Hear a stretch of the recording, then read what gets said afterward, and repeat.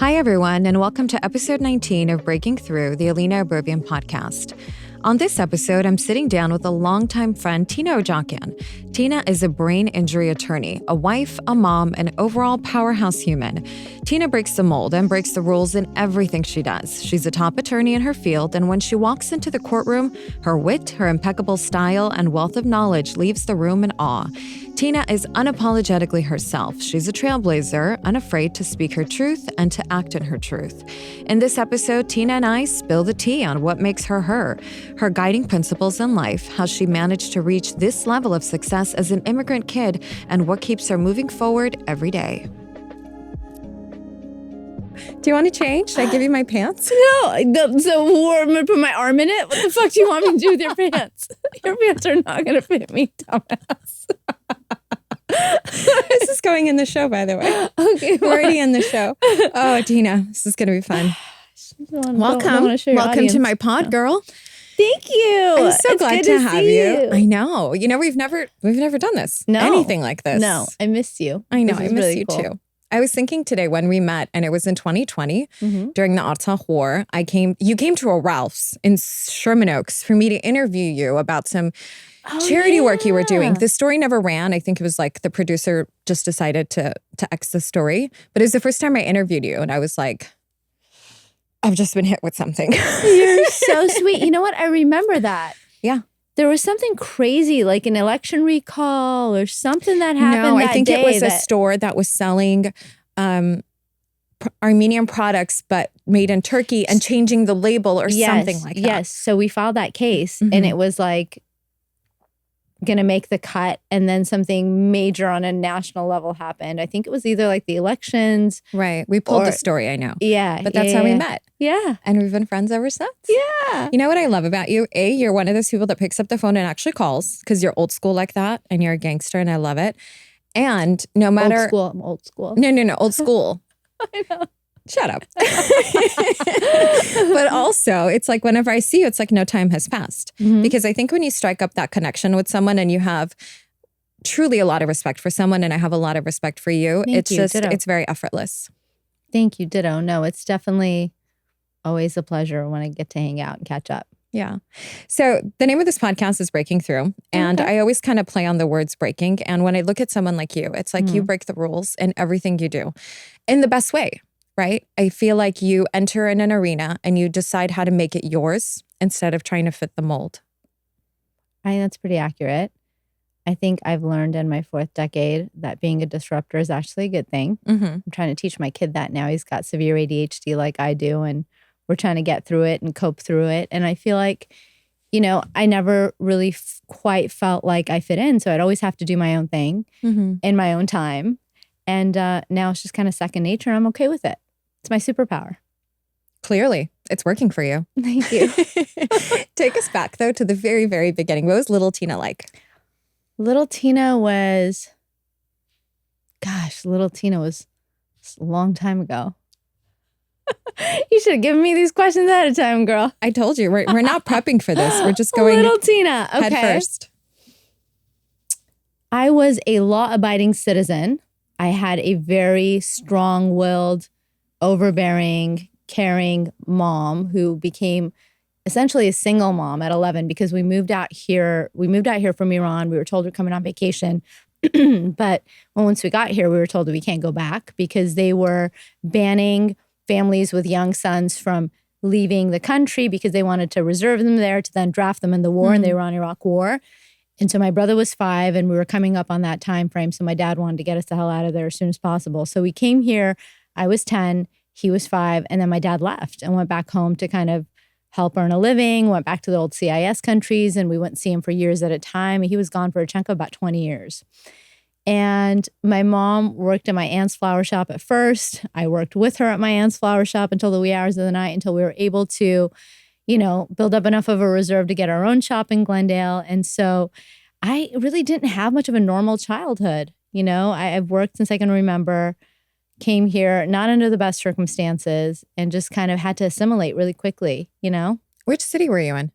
We were in La Cañada, of all places. That was predominantly, white America back then. Right. And, the Kardashians weren't a thing back then. And so Armenians, we just look different. We just look different. We're the dark hairy kids in school. It wasn't fun. It wasn't a fun time. But, it was La Cañada 30 years ago. Wow. Yeah. So you said your dad moved away for work. How did that impact your relationship with your dad to not have him consistently around? I think it's funny because we kind of tend to put our parents on a pedestal, right? And as we should, but I feel like it's easier to demonize a parent that's always there, right? Putting in the work, doing the stuff. So my relationship with my dad, ironically, was better because I thought, my mom is a strict one. My mom is a difficult one. Dad's away working. And so, but then as I got older, I realized that my mom made a lot of sacrifices for us. And if it weren't for their sacrifices, I wouldn't have wound up where I am today. And so I'm very, very grateful. And then I started to resent my dad a little bit because he was gone and he was absent. As a parent now, I can't even fathom leaving my children for, a week at a time, much less, but it was a different years at a time, but it was a different time back then. Right. And so I think I've been doing a lot of work to get over the abandonment issues and things. And there's been a lot of growth over the course of the past decade and a half, because you have to be willing to kind of go through it and sit through the pain to get to a better place and understand and be enlightened about what happened and how you're not going to let it impact your path moving forward. And so now I'm actually really close to my dad and we're sort of making up for lost time. He spends a lot of time with my kids. My mom, unfortunately, had a stroke 8 years ago that left her really debilitated. She's not able to speak anymore, but, she is getting that vacation that we were always trying to get her to take, ironically. And I wish the circumstances were different. But my dad's a lot more active and he's around a lot with the boys and we see each other quite a lot. And yeah, we're making up for lost time. That's incredible. You do post videos of your mom and she's in the hospital and it's almost like you've done so much, you've achieved so much. Your mom worked her whole life, but she doesn't really get to enjoy everything that you've built quite the way that I'm sure you would like her to. Yeah. It's funny. God works in mysterious ways. When my mom had a stroke, it was on my birthday. I was across the globe in Paris. I got the call from my brother.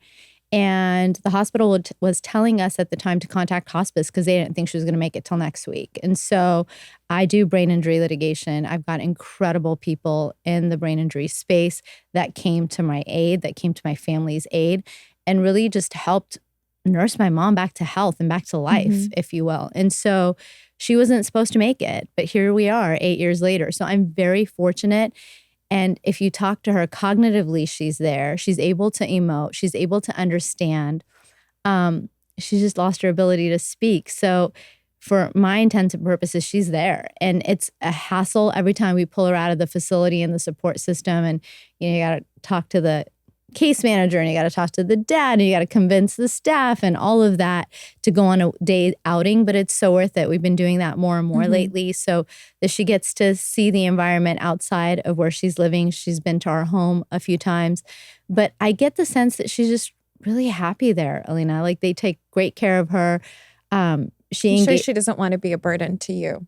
I don't know that I think she feels safer there. The last year before we finally agreed to just have her live there permanently, we were in the ER 5 times in a matter of 6 months. And so it was very destabilizing and difficult and scary. I'm sure for someone as independent as my mom, she was the primary breadwinner and just a hard worker. And she worked up until the night before she had her stroke. So to go from that to, not being able to speak has just been a lot. So I feel like, it's hard for us, but she's in a good place. I try to visit her a couple times a week. I try to bust her out of there, once a month or so to kind of come and hang out and get a little different change of atmosphere. But we're really blessed and lucky that she's alive because if you look at the medical literature, knock on wood, something.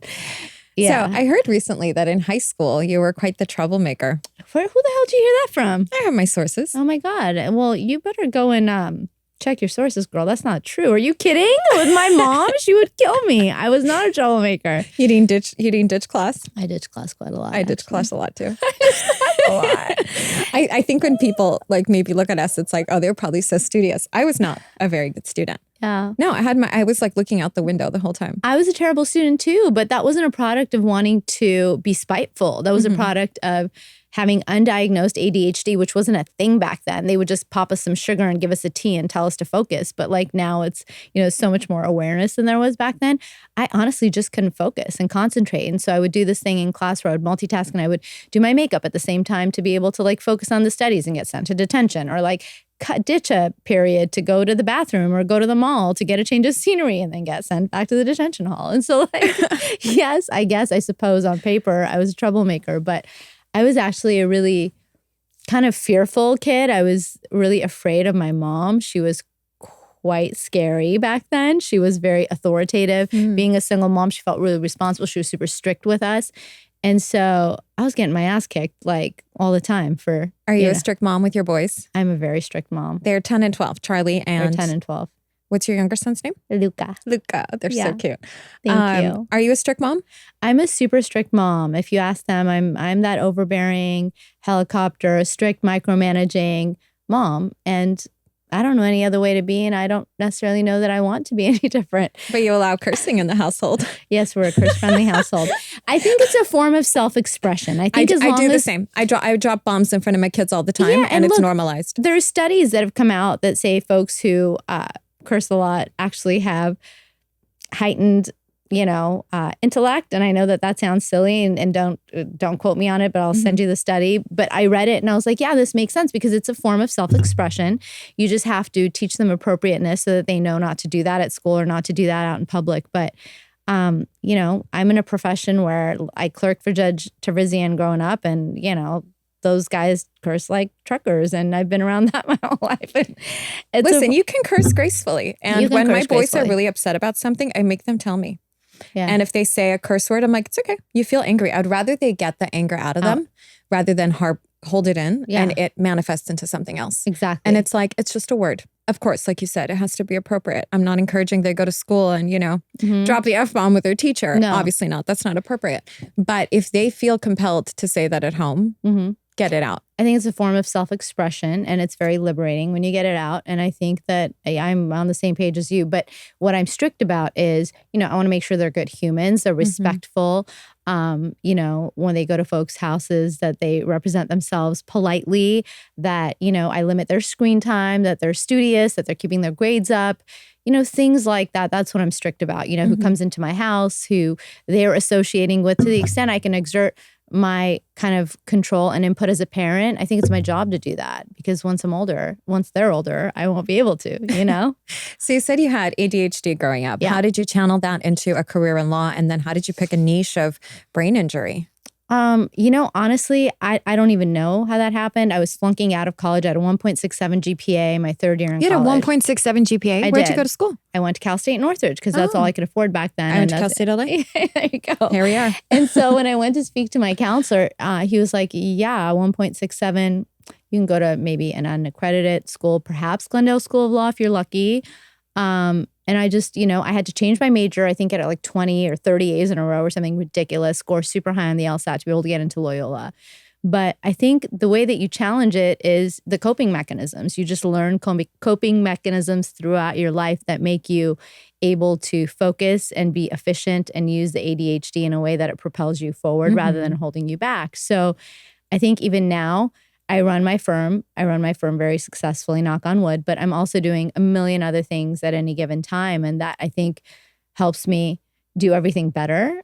Right. And helps me multitask better and focus on a particular task when I'm on it better. And so I think you learn coping mechanisms of what work for you. And lean into that. Because you have the benefit of hindsight. But as a child growing up, you have no idea what the hell's going on. You just know your brain doesn't function like everybody else's, right? Right, but I feel when we're younger, we're less critical of ourselves in the sense that we're more in the flow of just doing what's in front of us. Yes. Nowadays, if I look at life, it's like I'm second guessing most things because of conditioning, right? Because we're afraid.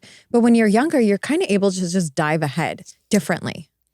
Yes, until you start getting your grades and you get pulled out of Little League, and then, you're getting tutored, and then you have to go to like a special class, and then you don't understand why you can't do all the same things your friends can. So I think... What weren't you able to do? What wasn't clicking for you in I'm school? talking about my kid now, not me. For me, I just honestly... gave it my best. And I just remember, like, I'll tell you one story. So I suck at math. My husband jokes now that I can't do math unless there's a dollar sign in front of it, and he's correct. But back then, I managed to do really well in a math exam. And this was after like a bunch of tutoring and a bunch of stuff. And they still failed me because I didn't show my work. And I didn't show my work because I didn't arrive at the answer in the conventional way. I did it in an ass backwards way because that's how my brain worked. To get to the correct response, I just couldn't show my work in the conventional way that the teacher expected it.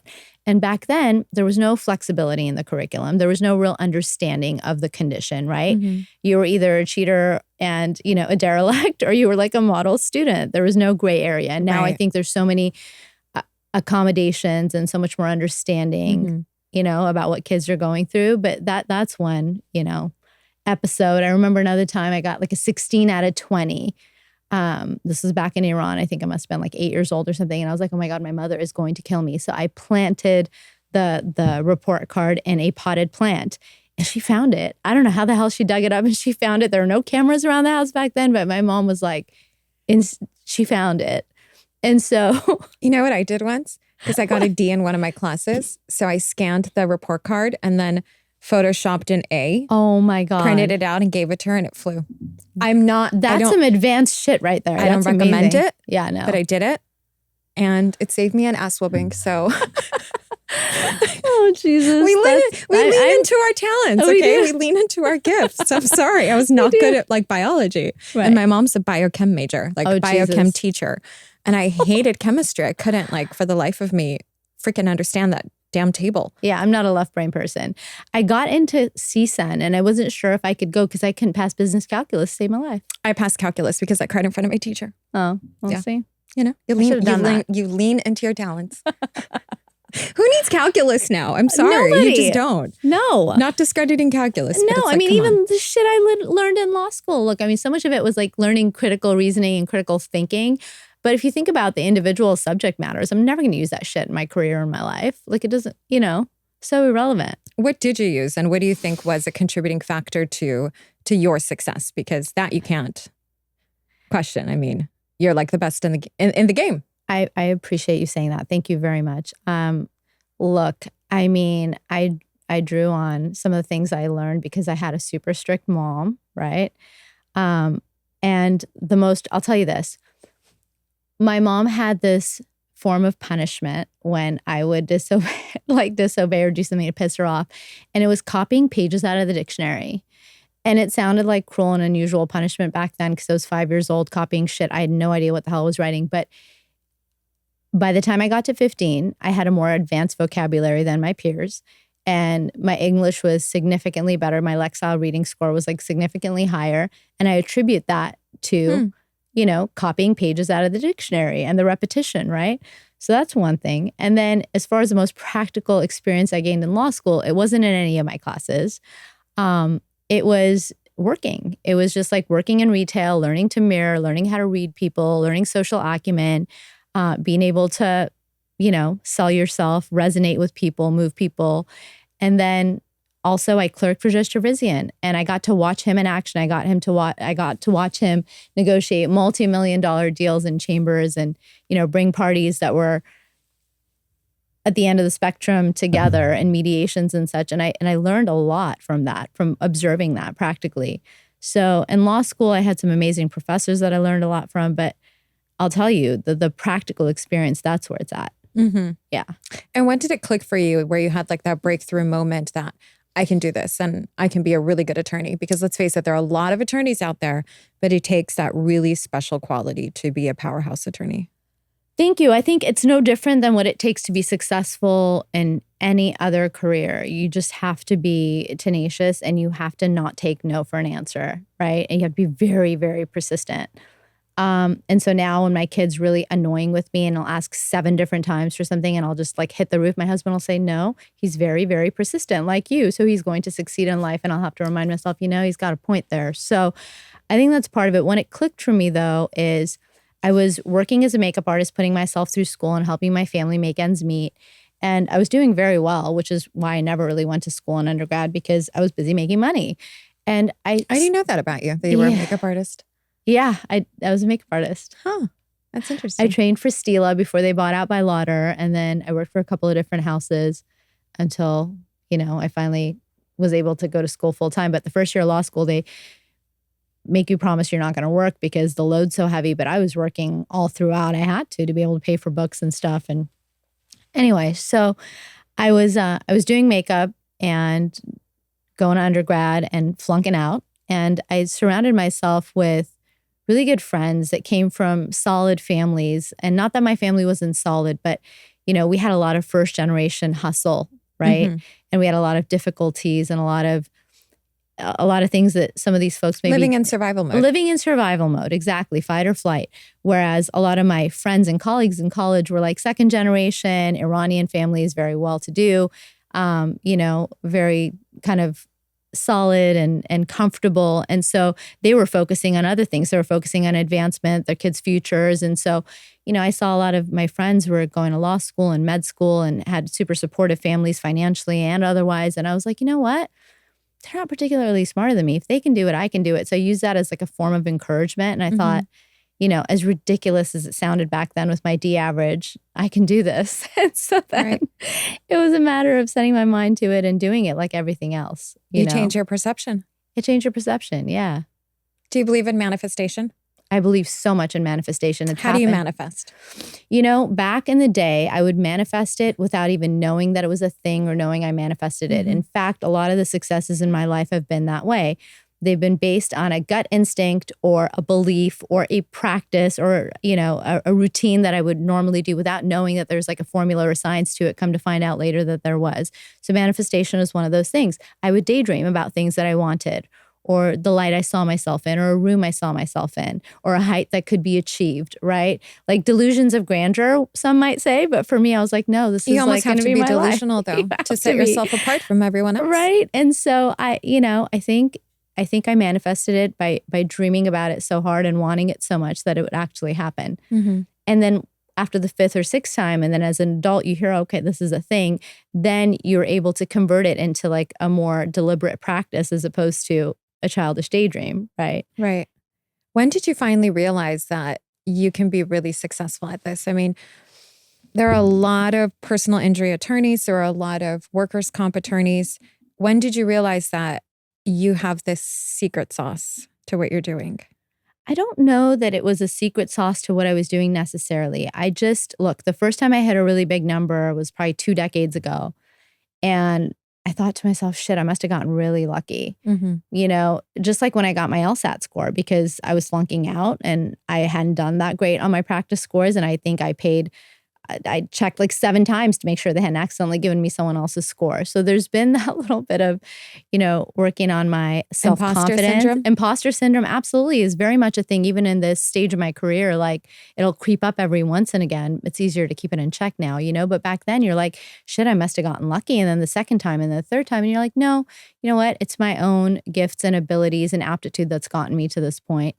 And look, you have the benefit of having done it, having gone through it, having persevered through it. So now it's you and you can do it. So I think you fake it till you make it. And that's the advice I give a lot of mentees that I speak to, is that it may seem like insurmountable now, but just keep doing it. 1 foot in front of the other, 1 foot in front of the other. And before you know it, you've climbed the entire mountain, right? Right. It's consistency. And it takes exactly one step and then another step and another step. And I think motivation comes in the momentum of doing consistently, which not a lot of people, they're waiting to feel incentivized to do something. But it's like, if you just get up and do it, the momentum will come, the confidence will come. 100%. I couldn't agree more. I think discipline is huge. I think it's really wasted on this generation, unfortunately. Everyone's into instant gratification and then they wonder why things don't materialize. So, because they see the sizzle reel. They don't see the work behind the scenes. Yeah. Unfortunately. Yeah, it's true. And it's funny. I've been told many times in my adult life that you make it look easy, and because it is a sizzle reel, right? I'm not going to, I really try to do my best to show. What does it look like behind the scenes? What we don't see? What's something that you struggle with? I mean, there's so much, Alina, there's so much. I think just the multitasking and the delegating and the juggling, the different roles and the different hats. And when I say so much, I'm not complaining about it. I'm like so grateful for the ability to do all of it, but there is a lot. And I really try to make it a point to show the good, the bad, the ugly, like everything to the extent possible without relinquishing too much control over my content, because I think that it gets watered down and turns into shit. But there's a lot that goes into every day, that you don't see. There's a lot of moving parts. There's a lot of moving parts. Look, you got to work on your fitness. You got to work on your mental health. You've got to make sure your kids are situated. The office, managing people is the hardest part of my job. And I have a pretty incredible team that's been with me a long time, but making everyone feel like they're seen, that they're appreciated. There's a lot of moving parts and a limited number of hours in a day, What's something that you struggle with as far as insecurity goes, or maybe imposter syndrome, which you mentioned? For me, it's like limiting beliefs. I think. Oh, limiting beliefs are huge. I think the voices in your own head are your worst enemy, right? When you set out to do something, you say, well, but I don't know, what right do I have? But can I really do this? Right. I think I do affirmations on a regular basis to combat that, because I do suffer from that. So I'll like look in the mirror on a daily basis and I'll tell myself, you're worthy, you're smart, you've got this, you're incredible. I'll start my morning off with compliments to myself in the mirror, whatever it takes to boost your mood and set the tone for the day, so that when you do have those moments of insecurity or those feelings of self-doubt that creep in, your baseline is a lot higher. Your baseline of self-confidence is a lot higher, and you're able to easily overcome them, as opposed to letting it take you down a spiral. Yeah. You know what I mean? So I think hold space for both sides of yourself. You acknowledge that you're human and that you have insecurities like everyone else. But also at the same time, when I look at you, it's like she's living one life and she's really living it, because she does so many different things and you truly look like you enjoy it, which I think we all aspire to. Thank you. I appreciate that. Look, I mean, I'm very fortunate and very lucky. And every time I have a hard day, I just kind of remind myself of where I came from and how I grew up. And I take a look around me and say, oh my God, this is like insane. I wouldn't have dreamt of this. If someone told me, I wouldn't have believed them, right? Or, I have the humbling, unique ability to see how my clients are living and what they go through and the life-changing catastrophes that they encounter. And honestly, when you see that and you're there to kind of hold their hand through it, it's a very humbling sort of exercise, because you understand that your inconveniences are a joke compared to what some people are going through. Right. And it makes you count your blessings so much more. So I think gratitude, honestly, is the key to get over the difficulties, and positive self-talk, positive affirmations, the deliberate combating of any negativity that is part of your geological blueprint from when you were younger, or whatever it is, right? And I'm so glad you're saying that, because I think a lot of people, when they look at you, they think she has nothing to be insecure about. She's successful. She's beautiful. She has a family. She has a thriving career. She's front row at Paris Fashion Week, for God's sakes. Like, what does she not have? But for you to say that it's a consistent effort for you to mentally get yourself there is so true, because it never goes away. The inner work never really goes away. No. It's just, sometimes I feel like we up the ante when we put ourselves out there more and we want to do more. You have to also show up for yourself every single day and say, you got this. Why not you? 100%. 100%. You have to. And you have to be mindful of where you're at and meet yourself where you're at, right? I have the tendency to say yes to a lot more than I want to say yes to, and I've gotten better at it. But I think, I've been making special provision for like self-care and downtime, and, just so that I'm not so overworked. Like in January with the fires and everything, no one could have anticipated that, right? But we took on a lot of these fire cases. So between that and everything that was going on in the practice, I went to Paris Couture Week to kind of clear my head and get some fresh air for 5 days. And, I slept through half the shows, Alina. I I was exhausted. I just needed to sleep, and that's okay. So that's what I did. Instead of attending some of these shows, I slept. And how else do you give yourself grace? Because you'll burn out if you don't. And I've been there. I've been through severe burnout. And now I give myself so much grace all the time. I'm hard on myself, really hard. Yeah. But I also give myself a lot of grace, where I say, If you're just going to rest today, you're just going to rest today. You're not going to feel bad about it. I'm a constant work in progress in that regard. I have a difficult time, and I have a lot of guilt also because there's so much that needs to be done at any given day, right? But I have been known to take a day or two off here and there and say I'm in mediation and like hide out at a cabana somewhere and just get sun and not tell anyone where I'm at because I need the downtime. Can I come? Yeah, I won't talk to you. Let's just chill. You need to absolutely come. Or, you know, like I'll sleep in till like 10 once in a while because I just like, I've got an activity, like I've got a lot of activity during the day. I've got kids in between, and then I've got a fashion event at night. And the next day I'm just toast. And I'm like, you know what? I don't have a court appearance. I don't have anything going on. I'm going to sleep until 10 and I'm not going to feel bad about it. Good so for just you. little measures of grace, you know, goes a long way. Goes a long way. Of course. What about mom guilt? Because you work a lot and 2 little boys. I have 2 little boys. It's very demanding. It is very demanding. To be a part of their lives and also to work really hard to give them that life. Yeah. Look, I'll be very honest with you. I've got a handle on the mom guilt. It's taken me a long time to get to this point.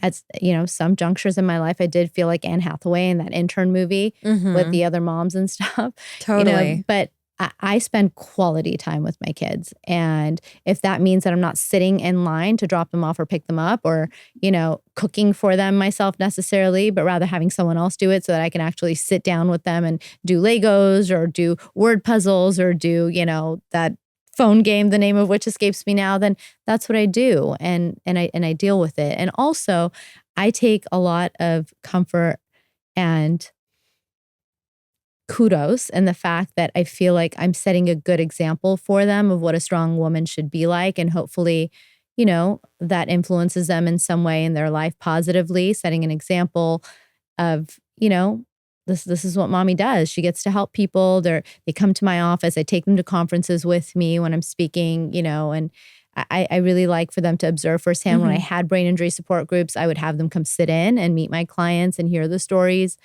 And so I actually feel proud of that, you know? As you should. It goes back to what I was saying earlier. You break the rules, but in the best way. You are breaking the mold of a traditional mom, right? You don't have to sit at the pickup line for 30 minutes. No. That's not serving your life. Not to say that that's not a great thing. It's not the best use of my time. No, it's not. And sometimes it is. Sometimes I sit in the line and I get other errands done and I get emails done, to each their own. But what I'm saying is you don't have to do all of those things to feel like a mother who is showing up. You can choose how you're showing up for your children. I have my own way of showing up for my kids. I mean, I don't see my kids half the week because I'm divorced.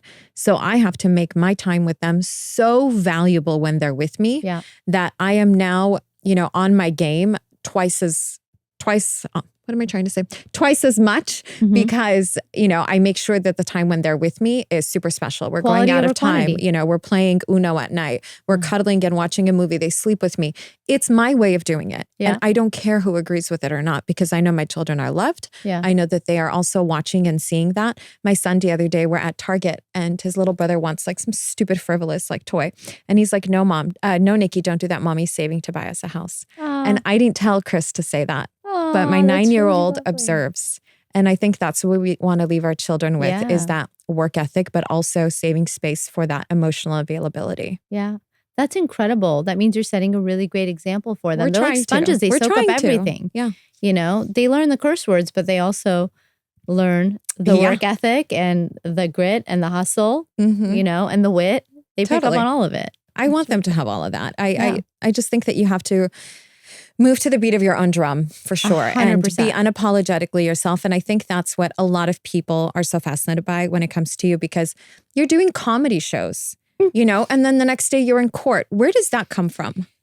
Look, I need a creative outlet. What I do is really wonderful because I get to help people at the most devastating time of their lives, but it's also, as you can imagine, pretty heavy, right? Yeah. And you need the levity. Right. I need the levity. And comedy's always been, you know, I love to laugh and I love to surround myself with people who don't take themselves too seriously and love to laugh as well. Same. Right. And I love Mary Basmajian and there had been other opportunities. She's so talented. She's amazing. Right. And so our chemistry clicked and we're good friends. And so it honestly wasn't supposed to be a thing. I just told her to come over. She came over with a bunch of props and costumes. And I was like, okay, we're doing this. And but how awesome is that you're also uplifting her? Yeah, you know, great. and like She's coming incredible. Together from 2 different walks of life, literally, and making like this funny thing that brightens people's day. I mean, why not? But so many people, I'm sorry to say, they can't get over themselves. No. To do that.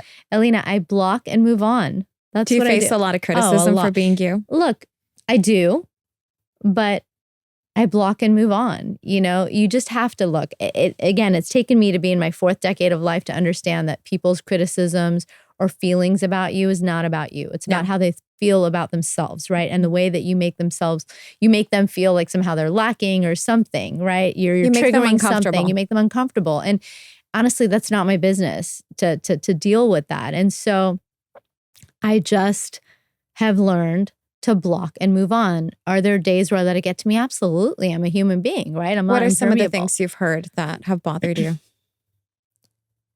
It's not necessarily something I've heard. Like I'll give you an example where I met someone who tried really, really, really, really, really, really hard to kind of hang out. And I'm not, look, I don't need new friends at this stage of my life. I associate with my old friends. I know them. I know their intentions. I feel comfortable with them. And then I associate with my kids, friends, parents, because my life revolves around them, right? And so there isn't much room or flexibility. And so I think this person maybe didn't get the reception that they wanted from me, or I'm not sure what it was. And so they kind of unfollowed, or, and said some nasty things, made it high school, said some nasty things. And I honestly just kind of blocked and moved on. There was another instance within the Armenian community, someone I really cared about and was very disappointed by, that took one of my stories that I had posted and made it about themselves and got their feelings hurt. And instead of picking up the phone like a normal adult human being, which is probably what you and I would have done, they just went and ran their mouth a little bit and unfollowed, and just seriously, or once in a while you'll see like a nasty comment on your post and you'll be like, oh, okay, we've got an opinion about this, right? Yeah.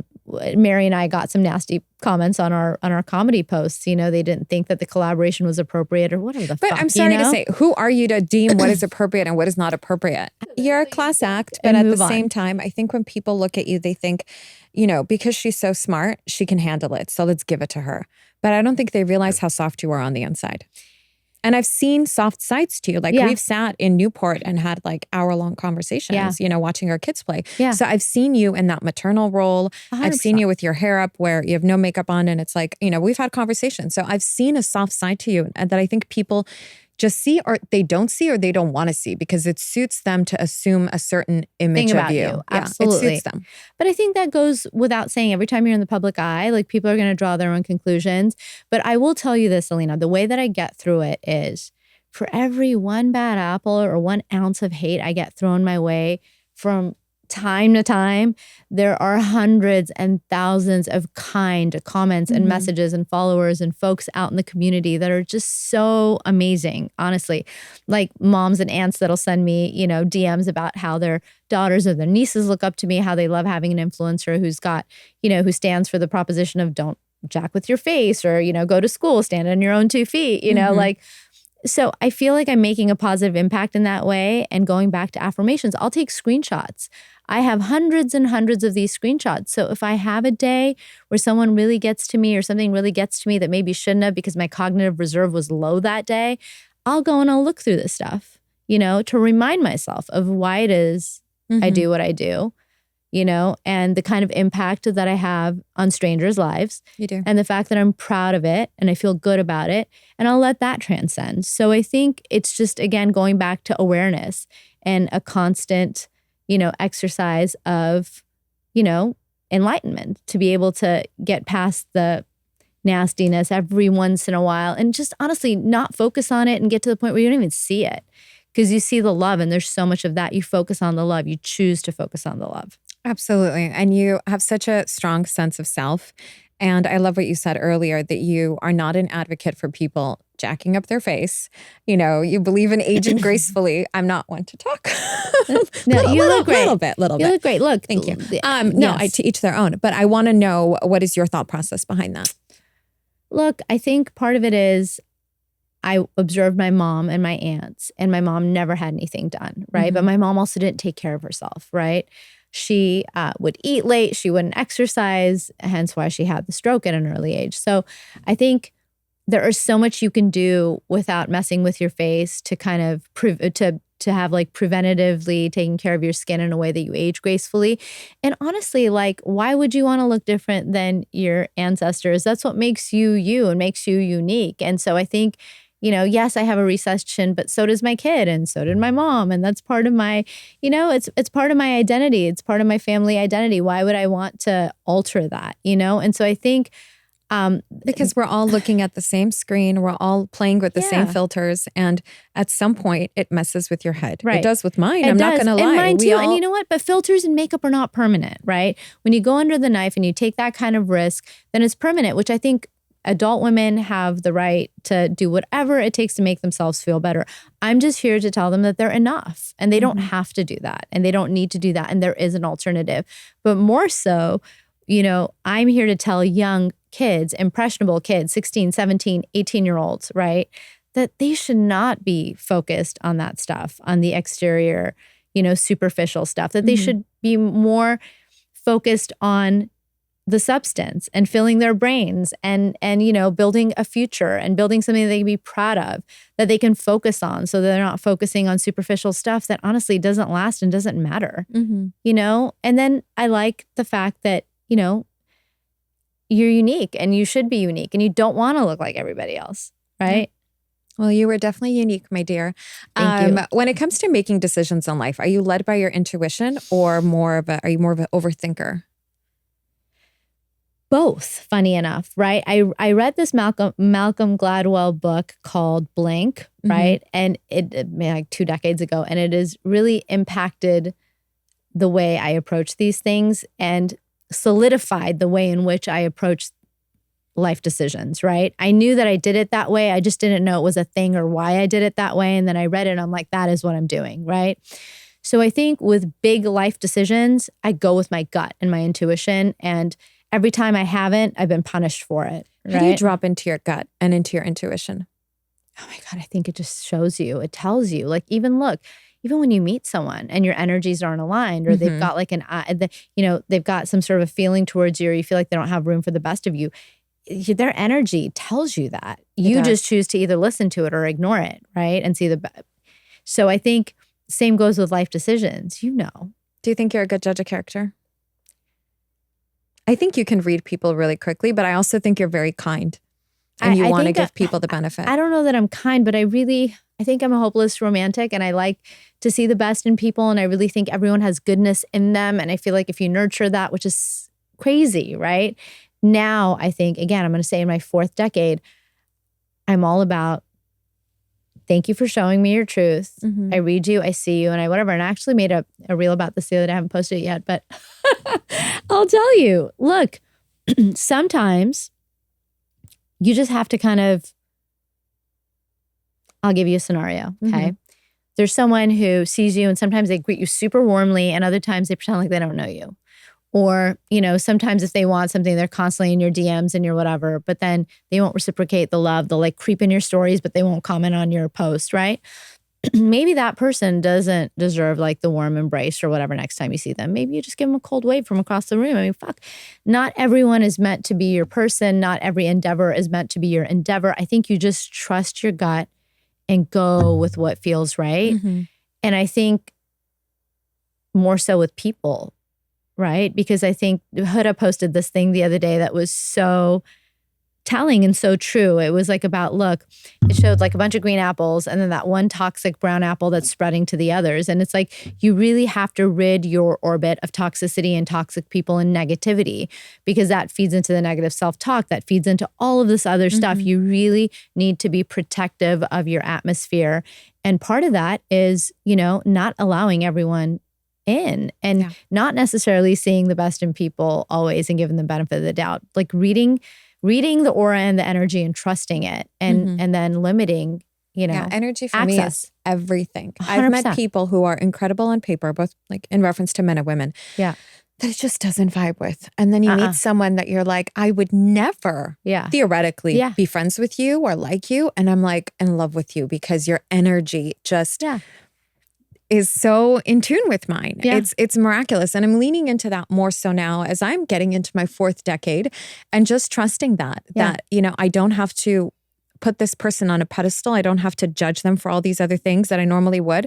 But if they're a good hang, they're a good hang. 100%. And you live life once. Why not embrace what feels right, whether Yes. it's work, what feels right with people, what feels right with how we eat, and just everything more go from an intuitive place than this is what you're supposed to do. 100%. I think you trust your gut.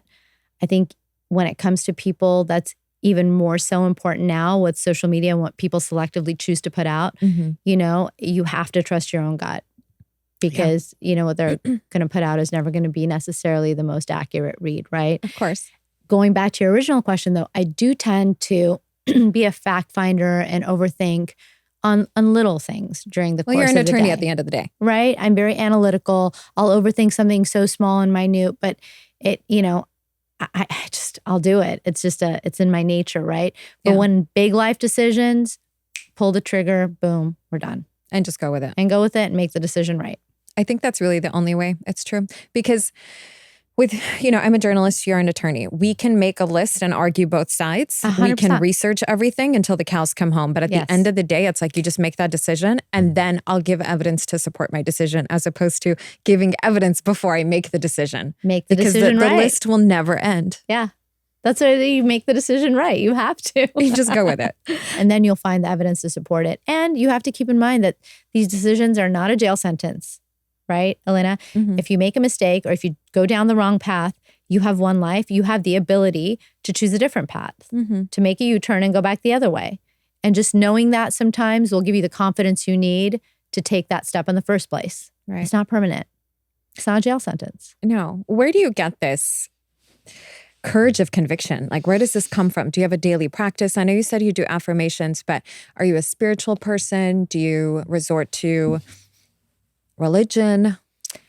I am very religious and spiritual. I believe in doing good. I believe that, you know, even when you speak negative about someone, it's going to come back on your own head. And it's happened to me before. Or like, you know. Get him.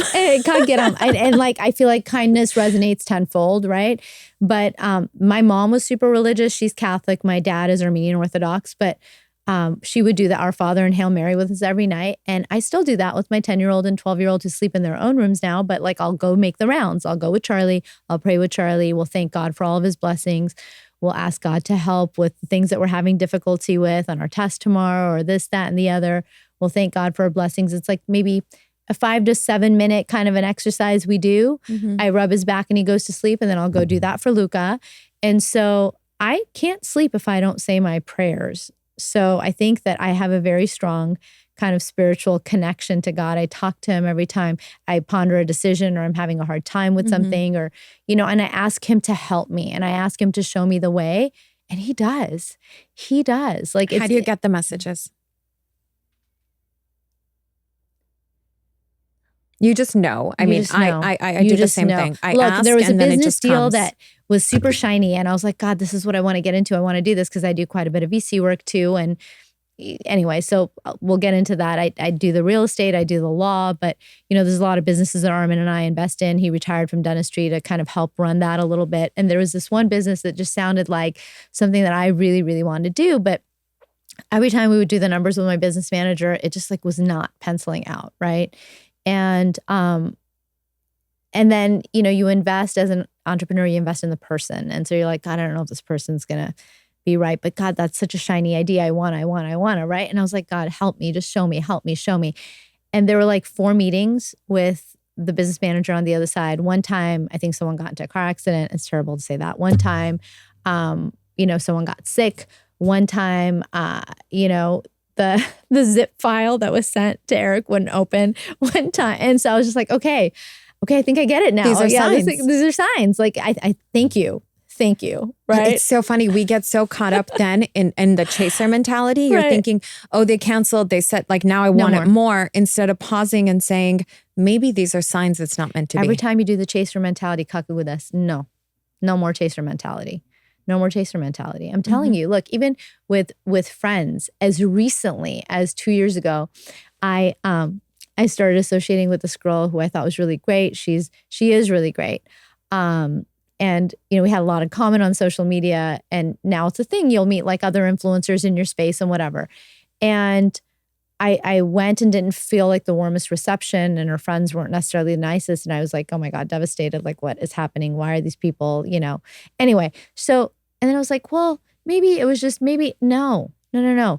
You trust the energy, you trust the read, you read the room. And if it's not your room, if it's not your person, if it's not your crew, you find your tribe. That is not your tribe. You find your tribe. Same goes with business deals. Same goes with, honestly, anything, right? Your kid's school, the little league team, your kid joins, and you have to teach your kid that too. If they feel unwelcome somewhere, move on. The chaser mentality will take you down a rabbit hole of depression and dissatisfaction and emptiness. And you don't want to do that. I think part of building yourself up and putting yourself on a pedestal and doing the affirmations is realizing that you don't need any of that. You don't need the business deal. You don't need the fake friends. You don't need this. You don't need that. You are of utmost importance. Your energy and your space and your tribe is sacred. And, that way the reception you get from other people or, the negative encounter that you might have at work is honestly just nothing. It doesn't permeate the way that it would if you didn't have that strong sense of self as your baseline, do you know? And I guess the way that I've developed it is I've been that person that's been so affected, so heartbroken, so many times, and so reactive. And so at first you have a hardened heart and you're just cold, right? But that's not the way to be either. I think enlightenment and understanding how that happened versus how it should be gets you to where you need to be to make decisions from a place of confidence, right? And from a place of self-love. And also just acceptance that it's not about you. It's not personal. That's the biggest thing I've learned. It's not about me. And it doesn't matter. That's it. It really doesn't matter. It doesn't. No. What matters is the peace in your heart. 100%. And the love you give to the people in your life you want to give love to. And that's all that matters in life. That's it. And the fun stuff we do like this too. And the legacy you leave keep behind. Ourselves legacy. Thank you. And the legacy you leave behind. And the one thing I example really you wanted set, to the difference you make in people's lives. At the end of the day. What's the legacy you want to leave behind? Aside from your children, your family? I want to leave behind a legacy of helping people, right? Of helping people, of setting a good example for my kids, of raising good humans, of making a difference, making a positive impact, setting a good example, uplifting somebody, I think I love, of all the stuff I do, I love mentoring the most, whether it's on social, whether it's in person, I'll do half-hour slots on FaceTime, whatever, just to kind of, because that's what I didn't have and was lacking growing up. None of us did. It wasn't the generation. It wasn't the generation, but I feel inspiring and uplifting and helping people find their purpose in life and helping them execute that and giving them the confidence to take those steps forward. That's what it's about, man. At the end of the day, I think if someone else looks at your story and is moved by it and is impacted in a way where they feel like they too can, that's amazing. There's nothing else better than that. Right, of course. And what do you want next for yourself? Because you have a pretty diverse portfolio. There's a laundry list. Diverse interests. What's sort of tickling, your curiosity now? There's a lot going on. There's a lot in the works. I love what I do. I want to have my kids grow up a little bit more and be there for them and, just kind of keep my ship stable. But, we do have one life, right? And so there are a lot of things that I kind of aspire to do on my bucket list, if you will, creatively, maybe some teaching, maybe a book, maybe, I don't know. There's so much. I just have to get my thoughts together and figure out what's next. But there's no real urgency because I'm at a place in my life where I feel very content and not in a way where, oh, I'm content, there's no more growth. No, but you're not complacent. I'm not complacent, but I'm just so content of taking all of this in right now and watching my kids during these formidable years of their lives, getting them into high school, getting them into college. And then I'll focus on my next chapter. But for now, I get to practice law, be there for my kids, live my best fashion life, have fun with friends like you and Mary, right? And spread love and levity and what more? You don't need to worry about the rest. Yeah. Always stay in this energy. I mean, I've interviewed a lot of people in my life. 15 years in news is not a joke. And since I've been doing the podcast, I've had, 24 people in this chair. And I'll tell you, when people come in their energy is so palpable where it's like an interview is either effortless or it takes a little bit of work because they tend to be a little more guarded. And we can all get guarded in life, but you do have a very open, very makud energy. Thank you. I appreciate that so much. Always stay in that energy and just keep As kicking. do you. Thank you. Yeah. I think you have to be vulnerable, right? It's the greatest thing in the world. You can't expect to have everyone. you can't expect to have deep conversations if you're not willing to make yourself vulnerable. I think people are afraid of vulnerability because they assume, well, if I'm going to cry and break down, then people are going to see that. No one is implying that you lose your shit, but you can be vulnerable and give permission to someone else to be vulnerable 100%. and do it gracefully. 100%. I always say that you can do it with grace. Ever since I've started this podcast, I've been very vulnerable and very honest about things people would never talk about. But you know what? I've gotten nothing but incredibly warm reception because of it.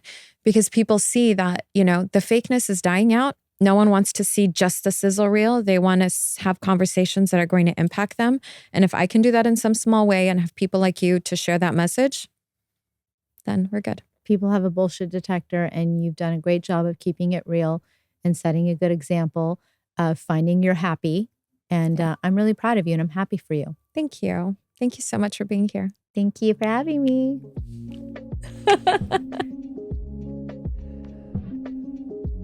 Thank you so much for tuning in to Breaking Through with Tina Odjaghian. For our community to grow, please like and share, and also leave a review on this episode.